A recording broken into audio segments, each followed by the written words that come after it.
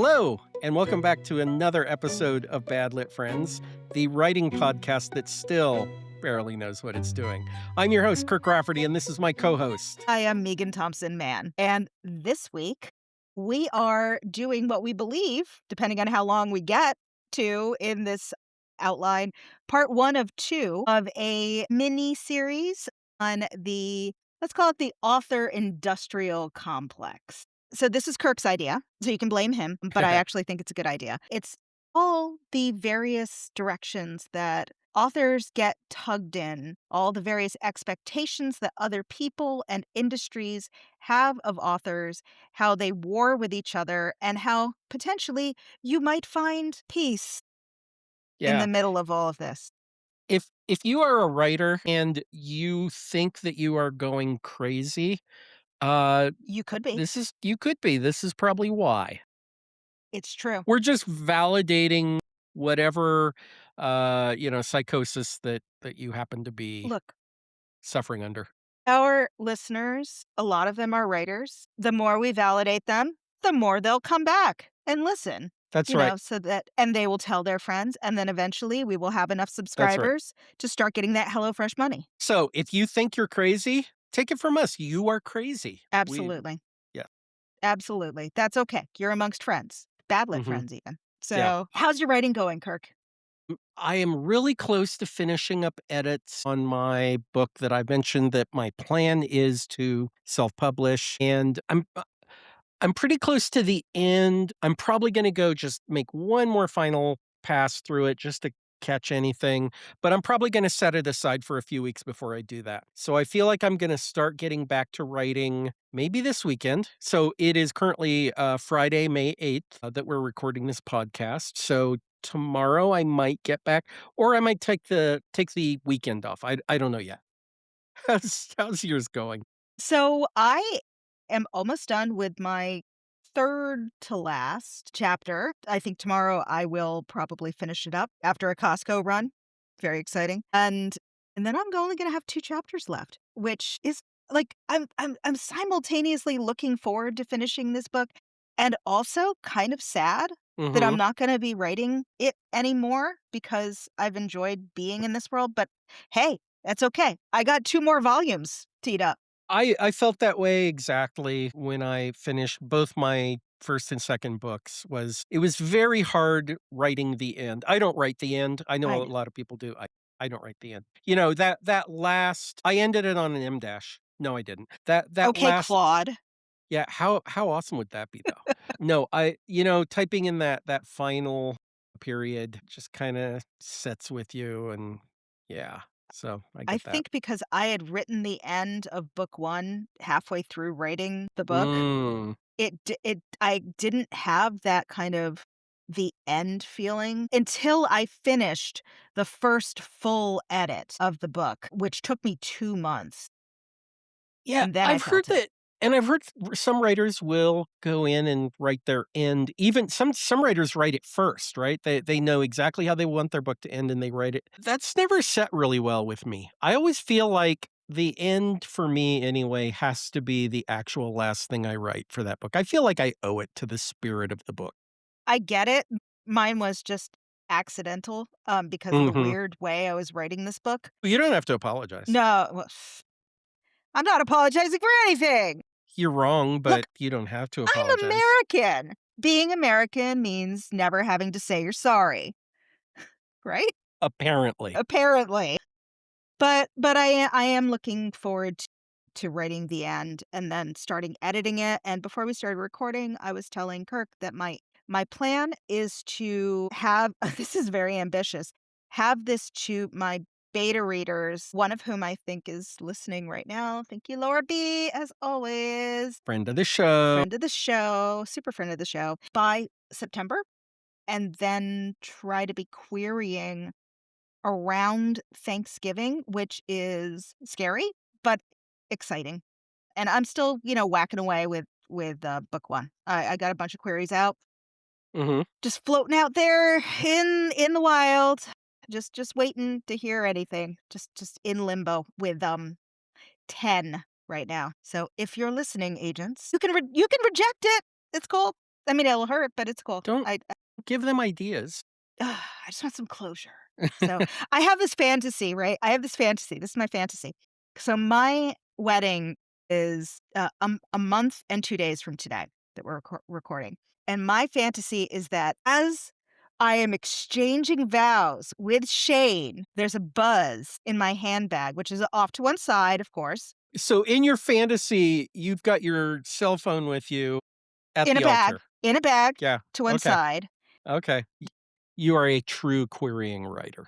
So, why don't we talk about the crap that the world puts us poor, poor writers through. Yeah. And the Tears. whole idea here is, that writers are pulled in many different directions. Some of it we do it to ourselves. Some of it is just the nature of being a writer who wants to get their book in the hands of other people. Now, there are some writers out there who just write to enjoy themselves and they have no plans of publishing or whatever. And that's great. They are probably the healthiest people you will ever know.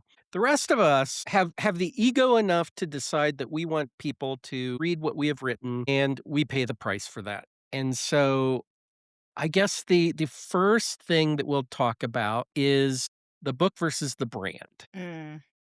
So we want to make art, but we're also expected to kind of package our art as something marketable. So once again, evil capitalism is evil. Boo. Boo capitalism. On the other hand, we're also hoping to take some of them capitalist dollars. Of course. Of course. I mean, let's be realistic here. Why are a lot of us doing this not just for ourselves? We are doing it to share our art with other people. Mhm, mhm. And yes, it would be nice to make some money off of it. The people who write fan fiction to me are absolute heroes because they are doing it for themselves, for the community, Yeah. for broadening all sorts of audiences' viewpoints, and they cannot make any money from it. They cannot commercialize it. This is pure art. Except the ones that can, Okay, okay, but I'm okay, sorry to okay. burst your bubble, Meagan, but Yeah, I it's do. not all rainbows and No, lollipops. no, and there is yet another Dramione repackaged Mhm. book apparently that's coming out. I caught wind of this week on Threads. We've already talked about that to death, but, I do think that people who can do this without thinking necessarily about commerce, are they are artists. Even then there is still a commercial element to it if you can divorce commerce from the concept of remuneration in monetary form, right?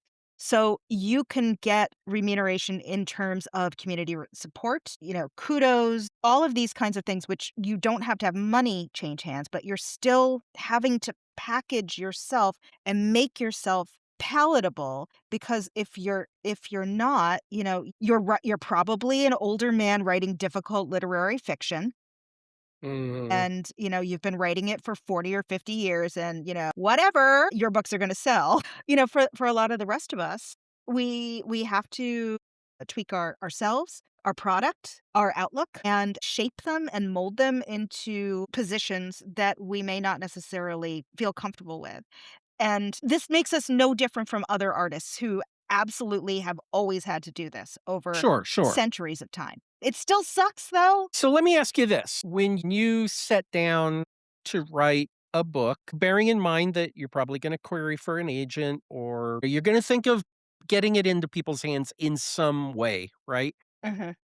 And this could actually even be pertinent to, say, fanfic writers, because they also, there are expectations of their books from their fans, right? So, Oh god, yeah. do you sit down and, as you're kind of coming up with this book, you're kind of, if you're an outliner, you're outlining it. But even if you're a pantser, you're still thinking a lot about it, right? Mhm. And so do things like marketability kinda come into that equation? Or do you just, like, write it and just hope that it fits the mold?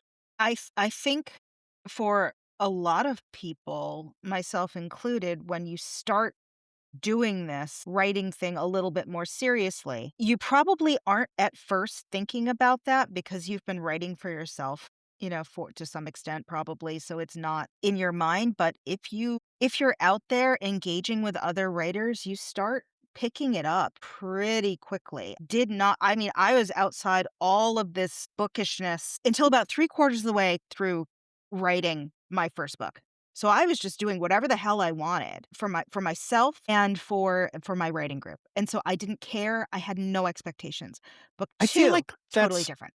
like I think a lot of us start out that way, yeah. I think that's very normal. But as soon as you become aware of the market and what market demands are and what like if you want to make your book a product in addition to something that is kind of for internal use only or for, small circulation, it starts weaving itself in. By the time Mhm. I got to book 2, I sat down and I was like, what could I actually sell? And I was like, book 1, who really wants to think about, people in their middle age, having middle age problems. I mean, I do, but Well, yeah.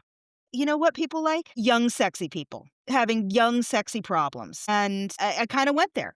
And it then I had to start thinking about millennials, which was also a very difficult topic for me. But yeah, I like millennials a lot more after having written almost an entire book about one. So I think that you kind of came to some conclusions that I came to as well, which was, hey, I got my first book written, I got it polished, I hired a professional editor. I mean, I was very, very serious about getting that first book out there. Way more serious than I was. I'm gonna say, Yeah, probably. I yeah, mean, because I mean, I j I jumped into the deep end, right? I just yeah. went all out. And so, I slowly kind of came to the realization as I learned more about what agents want, what publishers want, what the market wants. I kind of realized that my book wasn't necessarily, unsellable or anything. I mean, I it at the time, cross genres were having a day, and as it turned out, through no fault of my own, mine was a cross genre. It just worked out that way. I wrote the story I wanted to write, and it worked out to be a kind of a cross genre. And so in that way, I was very lucky. In another way, I was not as lucky. I mean, I did eventually land an agent with that book, so I guess that was okay. But I think by the time I had landed that agent, I think that cross genre. I mean, I think that cross genres are still pretty popular, but I think my particular genres, which kind of bordered like literary fiction and thriller, Mhm. not so like, it just seemed like the market didn't want it that much anymore. Oh, and not only literary and thriller, but also historical, and it's Yeah. probably the historical that really kinda, put the nail in the coffin. So, that book did die on sub. My second book, I was much more educated on the market. It's much more conscious of the market. And so even though I feel like the idea wasn't so influenced by the market, I definitely had the market in the back of my head as I was outlining, as I was writing. Mhm. I made sure to toe the line with very specific genres in. That's a boy, when you say toe the line, I think self-repression, which is for me, it's a difficult one because even though I know that you are expressing yourself, you've got something in your head that's saying to you, I have to conform. I have to fall in line to some extent. And you if you are of a particular personality type, and I think that a lot of writers are like this, when you say, "No, you can't do that," my reaction is, "Who said I couldn't?" And then it's becoming like just this friction, right, of how do I the expectation is like, "I need to be in this box, but I don't wanna be in this box, but I can't sell unless I'm in this box." So how can I put myself in the box and be myself in the box without completely exploding outside of the box? But I also kinda wanna be kind of poking out, maybe an elbow outside of the box so people know it's actually me and I'm not like a complete and utter sellout, even though I know inside as I'm dying, I'm a sellout. So I think that there are becoming a brand, and I think you used that word very purposely. The expectation of a brand is that it will be consistent, deliver the Mhm. goods, Mhm. and even if it's delivered with like a little kind of like soupçon of controversy, it's still in a way that's palatable to the majority of people. The majority of people in your intended audience, let's say. So, because you're never going to be all things to all people, right? But you are Yeah. going to have an audience. Absolutely, and we'll talk a little bit more about it, but, one of the things and I think it turns off a lot of writers, I think a lot of self-publishing people, that's the deciding factor for them is, "I wanna write what I wanna write." I don't want an agent, I don't want a publisher dictating, saying, "Hey, your first book was a thriller and it sold gangbusters. We don't want a Western from you, we want another thriller." And if you're in a place where, hey, I wrote this thriller because that's the story that was in my head at the time. And now the story in my head at the time, or right now, is a Western. And so I want to write a Western. And so a lot of self publishing people say, I don't want anybody telling me what I have to do. The reality of it is, I think, and this might wrinkle some, is that there is actually a really good reason that your agent, that your publisher will say, if you wrote a thriller, I want another thriller from you, at the very least for your sophomore novel, right? Yeah.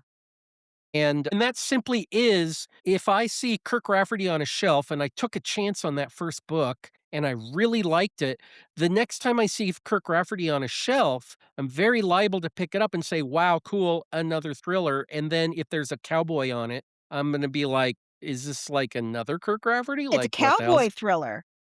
Yeah. Well, they're all cowboy stories are thrillers. So if I went to go look for Kirk Rafferty's books and he's written a Western and I'm looking like, I heard he's got a new book out, but Mhm. it's not in Yeah, why thriller. is it not Why is here? it not here? Yeah, It's because, we the stores sort because they know that people can be very, very loyal to genre, and so they're gonna stack all the thrillers together, stack all the romance novels together.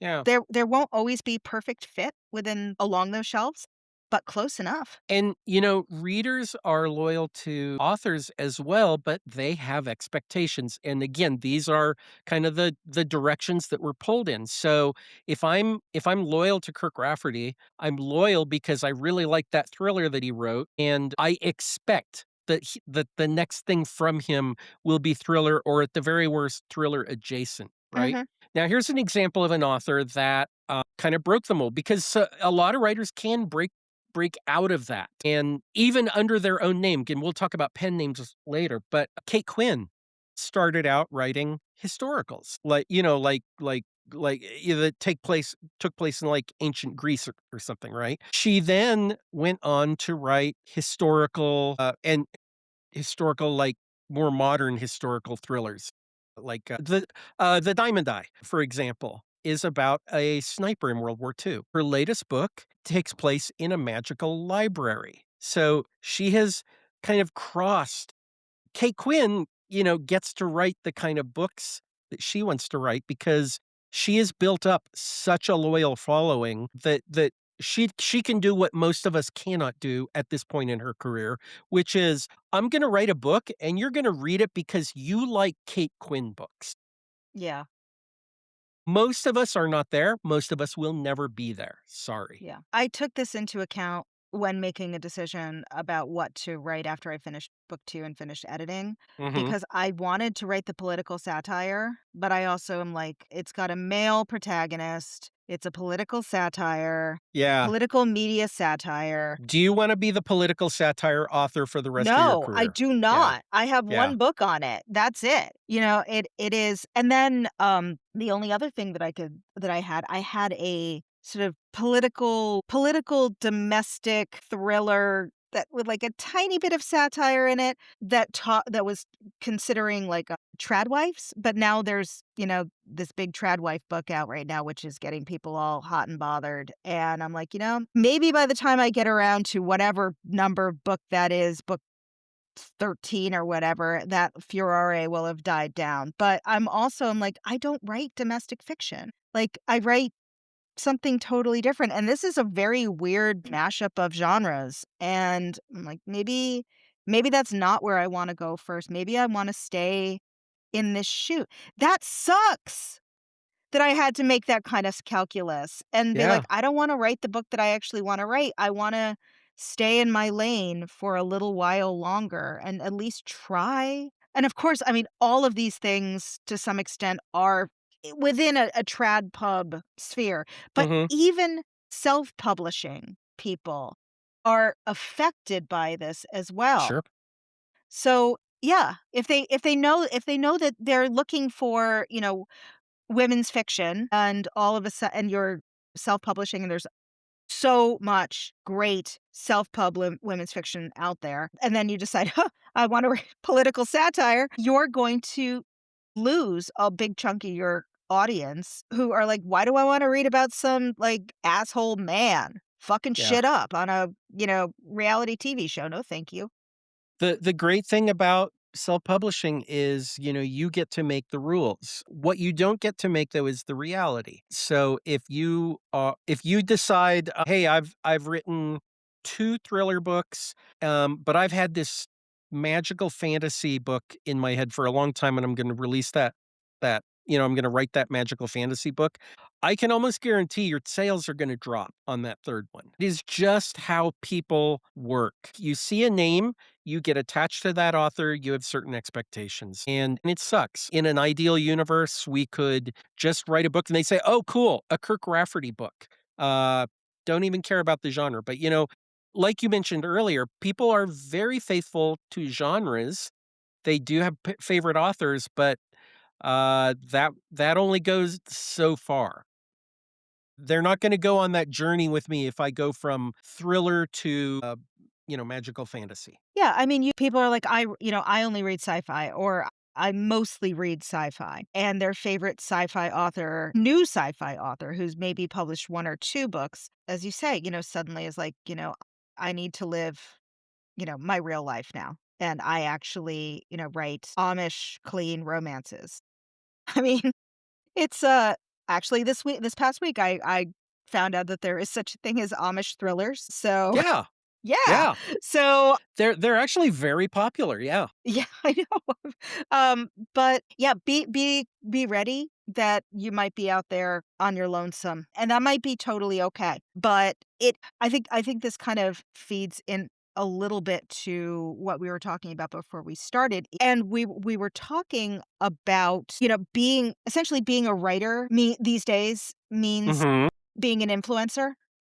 Right. Yeah. And if you have influencers, like it or not, like them or not, they have aesthetics, and the ones who are consistently successful in doing what they're doing are consistent in their aesthetics.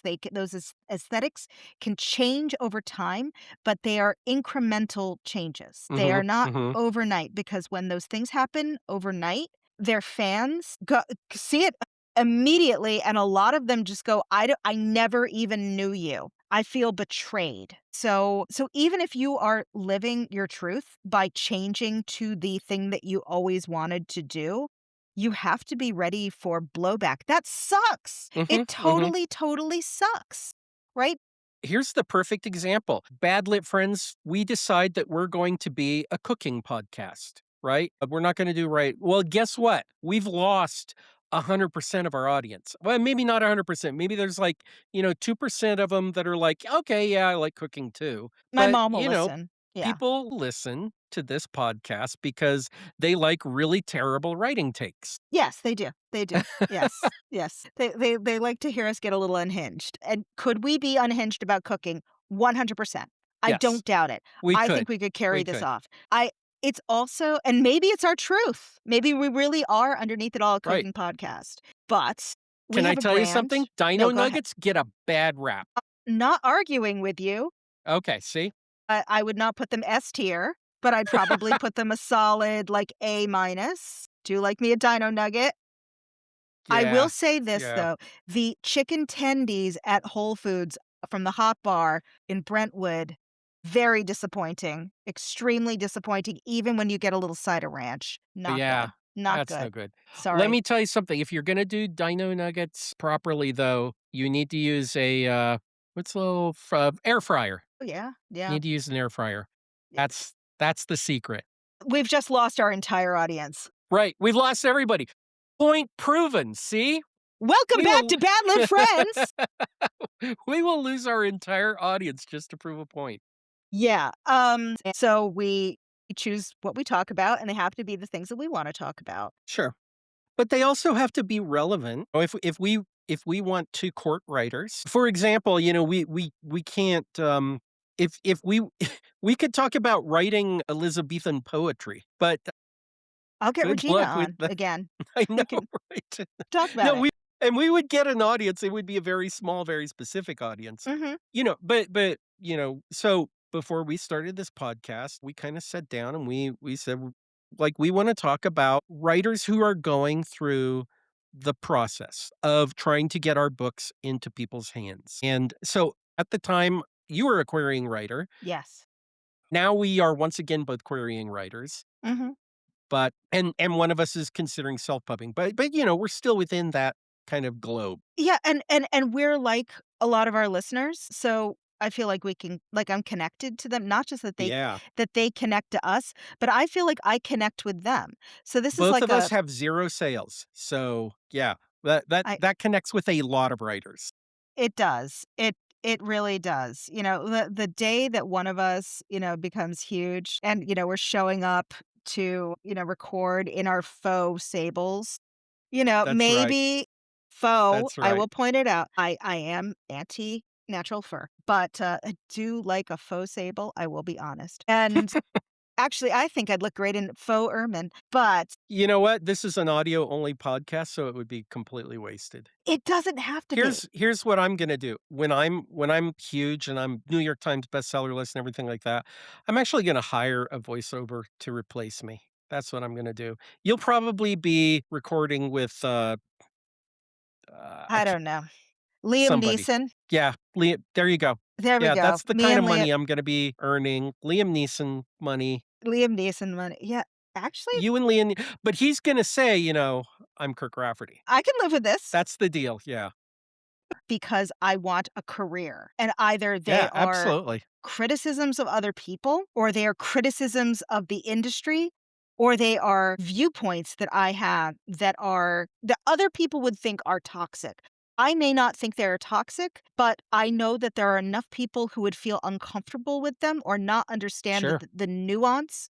I'm not saying all of them are nuanced, but some of them have a nuance that I think, especially online in social media circles, would be completely lost. The internet is the place where nuance is erased. If it was a fair universe, there are names that I want to name.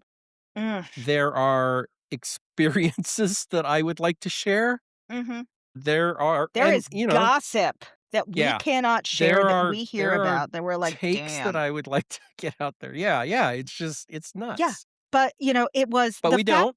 the very fact that we even had one episode criticizing what we thought agents could do better.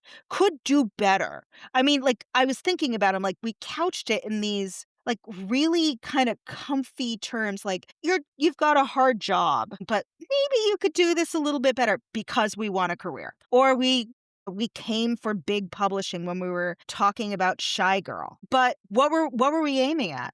We were aiming at Hachette.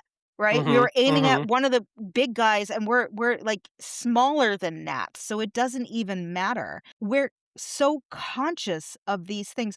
The only thing I could think of where we actually kinda went for the jugular were, like, Red Ogre Press, when Mhm, we talked about that. mhm. This sounds very cynical, but I think that you have to be a little bit cynical about this. Sure, sure. And, Publishing Rodeo, another great podcast, God, yeah. their whole kind of mission statement is that they're going to kind of give you the inside dirt on publishing, right? They're gonna talk about their experiences, no holes barred. It turns out that, you know what, they kinda had to bar some holes. They continue to kind of have a difficult time getting guests on their show from what I understand. That's really interesting because Their show is amazing. Yeah, yeah, and so what they can talk about really is amazing. There and yet, there is definitely this sense, in fact, I think they've even just come right out and said it, is there's so much they just can't talk about that Mhm. even y y even with the format of their show, the fact is that they are still working authors, they still have She's got a new relationships. book coming out. I just Right. saw it online. Yeah. Yeah. So, you know. Yeah, it's hard. It's very difficult, and it's sanding all of your rough edges off so that, Mhm. you Mhm. become so you slip down the gullet a lot more easily, and you're digested by, the audience. Whoever you imagine the audience to be, whoever your editor imagines your Mhm. audience to be, where are you? It look, there this is, like, such a classic, like, Hollywood story of, the small town girl goes to the big city, and she loses all of the authenticity that made her so attractive in the first place, and That's now right. she's, got, the big red lips and the fake eyelashes. It's the, "Who am I? I'm so alone in my gilded cage." I'm not saying I don't want the gilded cage. Don't get me wrong. There's a lot you could I do would be inside. willing to try out the gilded I'm cage. willing to give it a shot, but at the same time, it's we talk all the time about art and artistry versus being an artisan, Yeah. right? And then the extension of becoming the product. And it's a continuum, and it's slippery, and there's a lot of gradation that's in there, and maybe you're going to be okay with it, Mhm. and maybe you're not, and maybe you won't know that you're not until you're, further along. I would love this for all of our listeners who are querying or looking to publish books that you I would love for all of you to wake up in that gilded cage and break free. Yeah. Yeah, I want that for all of us. I want us all to And be that's actually a successful. really good seg into the next segment here, which is living within that gilded cage. You are giving up some controls. Mhm.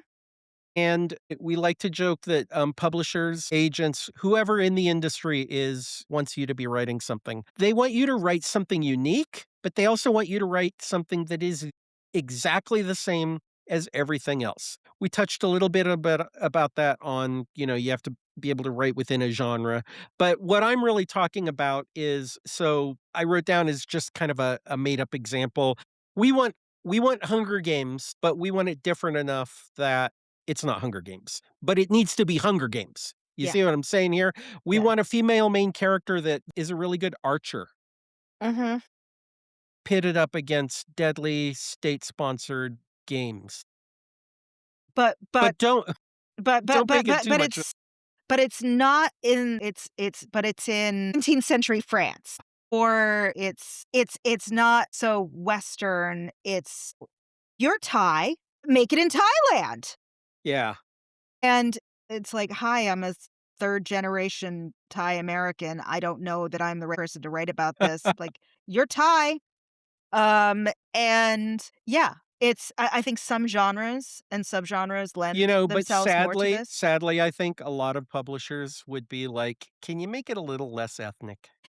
That's what I Yeah. think. Yeah, I actually think Yeah. that yeah, you can look, you can use Thai names because Right. we like the fact Yeah, that you're they sound Thai. very fantasy. They Yeah. sound very fantasy, and we like the idea that you're Thai so that people don't come back at us and say, "You're doing cultural appropriation," but we can Yeah. point at you and be like, "Well, she's Thai, so it's okay, but don't Uh, make it too Thai." yeah. So, it's because we don't wanna turn off, Middle America, because everyone knows that everybody in Middle America Yeah. is somehow a bigot. We don't No. wanna make people who don't read angry. Yeah, I think that some genres lend themselves to this problem more than others. I think that YA. yeah, YA, absolutely. Romantasy, absolutely. There's so much discussion online about, I am so sick of shadow daddies. Can we not have any more shadow daddies? I'm sick of 6'8", tall, dark brooding, borderline abusive, um, Or and sometimes outright abusive or yes, that yes, that that, um, that get reformed. yeah. Again, I can fix him, as we discussed last week. Mhm. No, if you're saying that, you can't. It's unless you're the author, and then you can make it look like it. But yeah, you see it as well in literary fiction, upmarket fiction. You see people saying, "We want another one like The Help." And you're like, "Well, I mean, I did read The Help and I was kind of like, well, it's good, but it could be a little bit better." Sorry, just Yeah, my yeah. opinion. But why? Is it because it's sold or because it's good? Right. Well, mostly it's if you're gonna pitch me a book where the main character is a nanny or a servant or something like that, I better be able to imagine Sydney Sweeney in the role. That's what I think it comes down to. Yeah, yeah. Get with bosoms heaving, you That's know. right. I have no idea what you're talking about, Megan. Absolutely no idea, absolutely no idea. Okay. But yeah, the comp titles, I think, also have something to do with this. I Yeah. understand comp titles, we've talked about comp titles, how we both agree that they are very useful, but they Mhm. also can box you in, right? There's such if you've ever been to a conference, that's where you'll really hear a lot of these things come out, I think. They're very divisive, comp titles. Mhm, And there's a reason because, this is the push-pull episode, right, where authors are being push-pulled. And so a lot of the advice out there on comp titles is kind of vague enough, but then some of it is very specific, but then you'll hear very specific arguing something else. So, something's they might say, "Oh, just go for the vibe." And then another one will be like, "Well, no, you really want to focus on tropes mhm. or something." And so if you get yourself too into it, you'll drive yourself crazy coming up with the comp title because you just won't know.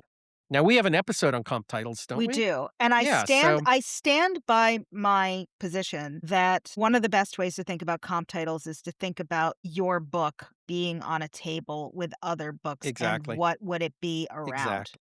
So it's never going to be a one-on-one, and if you've done a one-on-one, then you've got bigger problems, but it's enough that you can see a theme if your brain can kind of think laterally and Mhm. find, patterns and, yeah, vibes. And I wrote in my notes here the usefulness and absurdity of comp titles. And Yeah. I use absurd loosely because I don't think that comp titles are absurd. But what I do believe though is that it's almost absurd to ask a writer, I want something very unique that compares to these other books. On the face of it, it is absurd. When you dig a little below the surface, it's not quite as absurd, but it's tough when a writer is being asked to come up with a comp title and, you kinda think, But this is my baby, nothing comps to it." This is where And I start singing Sinead O'Connor's "Nothing Compares to You," that's right, right? that's right. So So, like we said back in our comp title episode is, "No, you are not a special snowflake. You think you are, but you're not." And that's hard for me to think of too. I think my books are special snowflakes. I have a hard time coming up with comp titles, but it is something that really kinda pulls on us. yeah, and yeah, they're putting yourself in a box again. Mhm, It's mhm. more boxes. Boxes all the way down, friends. And again, we as writers, we just want to be weird and wonderful. Mhm. Right? We wanna put words on a page that are entertaining, that are clever. We've all read a book and thought, "This is okay, I could do this so much better," and we wanna do that, and we also like to be a little bit weird and kinda take things in a different ways. Think about the books that have stayed with you over the years. Mhm, Those books are weird and wonderful, mhm, right? So, and if you they wonder can do how it, they why can't ever I? got past an agent and a publisher. Yeah, and think of yeah, well, it was a different time when there weren't, like, a million books flooding the market, right? But, think about the feedback that you've gotten from betas that you've found most useful? And it's often most useful not in the sense like you need to fix this, but most useful in the sense of like giving you support, like, yeah, you're doing this right. It's Huh? for me, it's been about some of the weirder stylistic choices that I've made. Yeah. Yeah. It's been Comments like, "I love this," yes. and it's Yeah. just kind of this bizarre thing you threw in there. Yeah. Yeah. Oftentimes it's something that feels real or feels unforced and doesn't necessarily feel like it's been packaged. It's Right. you. It's Right. the actual you. It's the real deal Kirk there on the page to be seen. Mhm. The whole act of writing for other people and wanting other people to read it, it's such an intimate process. It's such an intimate dialogue between writer and reader that Mhm. you want to show as much of yourself as possible, even though it's really uncomfortable. It is like, doing the dance of the seven veils frequently and, like, taking them all off at the end, and, kinda shaking them about, but, there are people who are going to love it when you take that last veil off. But I think a lot of the problem is that as we were talking about, like, you're sanding the edges off, and they're gonna say to you, "We don't want all the veils to come off because we want to sell this, it to some person who's never gonna read a book anyway." Right? It's some median reader who may or may not even exist. Because when you connect to your readers who really get you, they really appreciate that you got them too. Mhm. So, yeah, God. So why can't we be weird and wonderful? I'm gonna tell you, there's one word, and it starts with a C. Capitalism. Yes, it's capitalism. It's yeah. And okay, I'm going to, I'm gonna defend the publisher a little bit. The fact is that every time a publisher takes on an author, it's a risk. Mhm. Every time they put out a book, it's a risk. They don't know if it's gonna sell or not. Now, they can get a really good sense of it as long as your book stays in those very clearly defined lanes. So if you have written something weird, they may not want to take that risk. It could be that it's an overnight bestseller. It could be that it languishes and they lose money.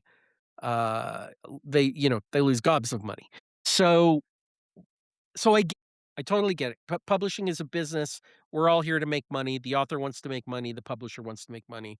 Your Mhm. agent wants to make money. But So capitalism. so capitalism. Yeah. Sorry. I am reading these notes right now and friends, these are good notes. And the Thank you. great thing, is you're welcome, is that if you are listening to this episode right now and you have things that you want to tell us because we're gonna talk about this at the very end of the podcast. We're gonna have a one-week break in between the 2 episodes, maybe 3 of this series.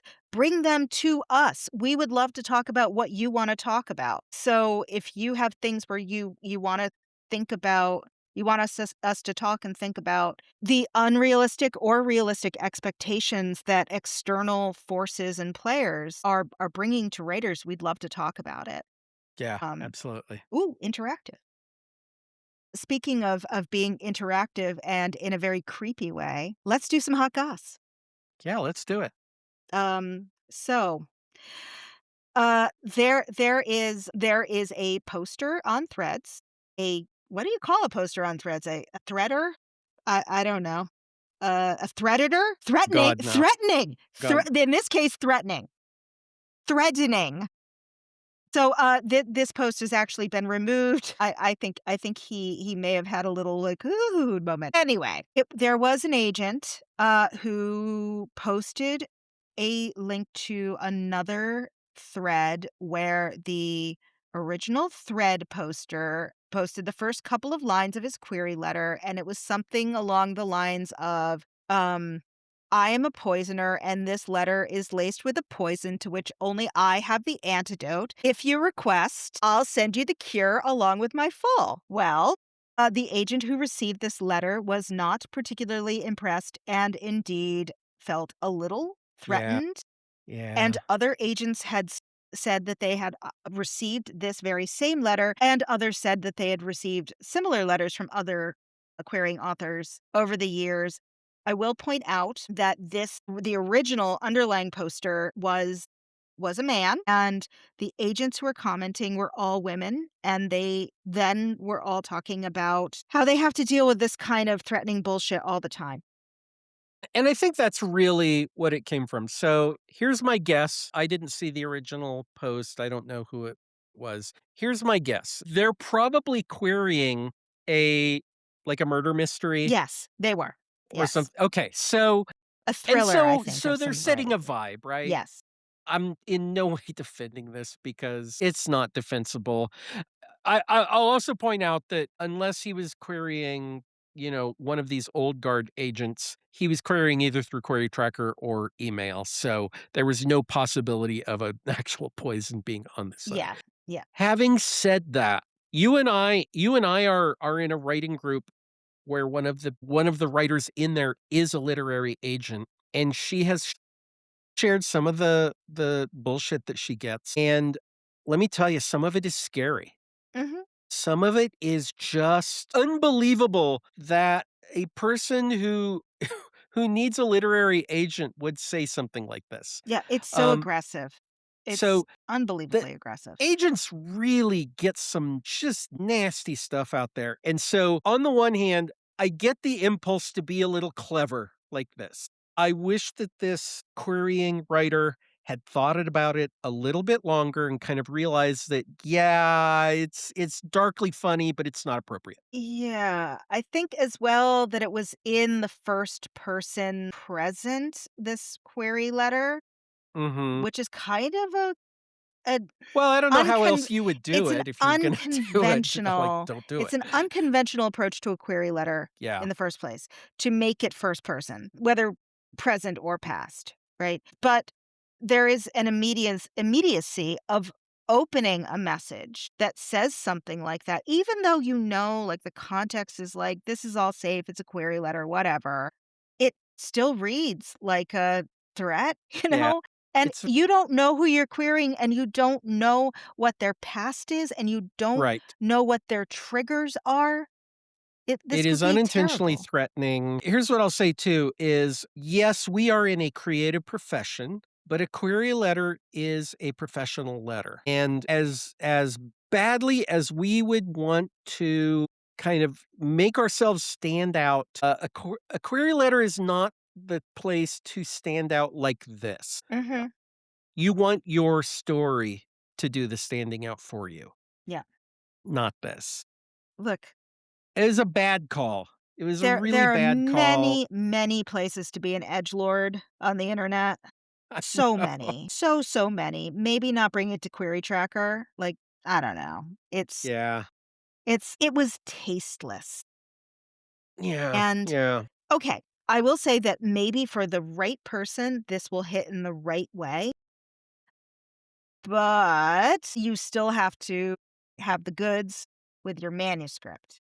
I mean, let's say in another alternate universe, I became a literary agent and I got something like this. I actually might think it's funny, especially if the follow on is it's a murder mystery. It's Yeah, got and kind I of a think I clever think it tone to it yeah, and things like that. yeah. But I am a white male. I just, yeah, I mean, I know myself, I'd open it up, I'd be like, "Okay, nice try, guy." But I wouldn't feel personally offended, but that's me, I know me. right, And right, I wouldn't expect to know anything else about anybody that I don't already know, or what their tolerance for, my ass hattery is. So, I have a lot of ass hattery, but I also wanna sell a book. So, right. I keep my small bits of ass hattery to my biographical section in my query letter. I really do. I think the takeaway from all of this is a query letter is a professional letter. Be professional. Your book will sell itself. So don't think that you have to just go out on a ledge like this and, to sell your book. "Okay, dad."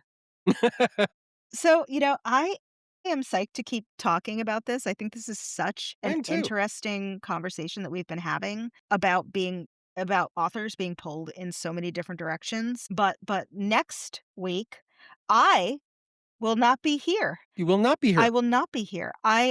will be reuniting for high school, my high school reunion, and in Fair, Connecticut. And although I did think about recording, I thought I am not that devoted to bad lit friends. Contrary to popular opinion, I do get to have a vacation a couple of times a year. We are going to be joined. When I say we, I mean Kirk is going to be joined by Ann Wells, who has been on with us before. She is in my writing group. She is super awesome, and she is editing her first book right now. She'll be guest hosting. She's going to be substitute Meagan for a week. And so she's been exploring uh in her editing the process of deepening emotional effect in your craft. Mhm. How you can work with dynamics to create more interest in your characters, and also thematically and scene by scene. But we haven't really done a lot of craft episodes. We haven't. Yeah, and I'm super excited to talk with her about this because one of the frequent criticisms I get from beta readers and editors really is really interesting characters, but I would like to see you go a little deeper with them. So, like, this is purely selfishly, this That's okay. having her on is probably going to help my writing. That's okay. That's okay. I won't feel excluded at all. Just a little bit, maybe like 2%. It's okay. But I will be listening, and taking notes and marking you up, and hopefully we're also going to Are have you going to be grading me? 100%. I think that in a few years after we have, like, a couple of hundred eps under our belts, hopefully, fingers crossed, Mhm. we can do a ranking episode on, our own On episodes, episodes? where one of us was Yeah. not present. And Yeah, there you go. yeah, we could really go for the You'd be like, jugular. "Wow, Megan, you really blew that one." I'm giving that a D minus. Yeah. So cruel, so cruel. I am really looking forward to listening to you guys talk, though, and hopefully we're gonna Me have Anne too. back in June as well. I'm gonna try and twist her arm to come and talk the week that I am, getting married Yeah. in the middle of June. So, adding Anne into the fold. So, super excited about that. Until then, you can listen to us on all major podcast platforms, on YouTube. Thank you to everybody who is listening to us there, because we are getting pushed like some sort of designer drug onto unsuspecting people. Excellent. Get Yes. right in there. And also we're on Spotify again. Please like us on Spotify. It's also, look, Spotify is evil. I'm not gonna lie. Okay? I'm not gonna lie, but also it helps us. So do your bit for capitalism. Hold your nose. Help us. That's right. Apple Podcasts, also evil in its own way. I listen on Antenna Pod because I have no idea what their Not founder evil, but supports. just completely irrelevant. Totally irrelevant, and that's okay. That's all right. And you can find us on all of the terrible evil socials. We are Badlit Friends everywhere. We are on Blue Sky, which is where you can find us most frequently. One of the lesser evils out there. We are on Threads, where all the worst stuff is. We are also occasionally on Instagram. Never, never, never on the evil former bird place. We don't have any new comments. That's okay. We're imagining them in our heads. They're all positive. You were busy, listeners. You were busy. We That's know. okay. That's all right. We're not Do it holding it this against week. you this Do week. it this week. Yes, yes, yes. Please, please, please. But until next time, we will see you then. Bye.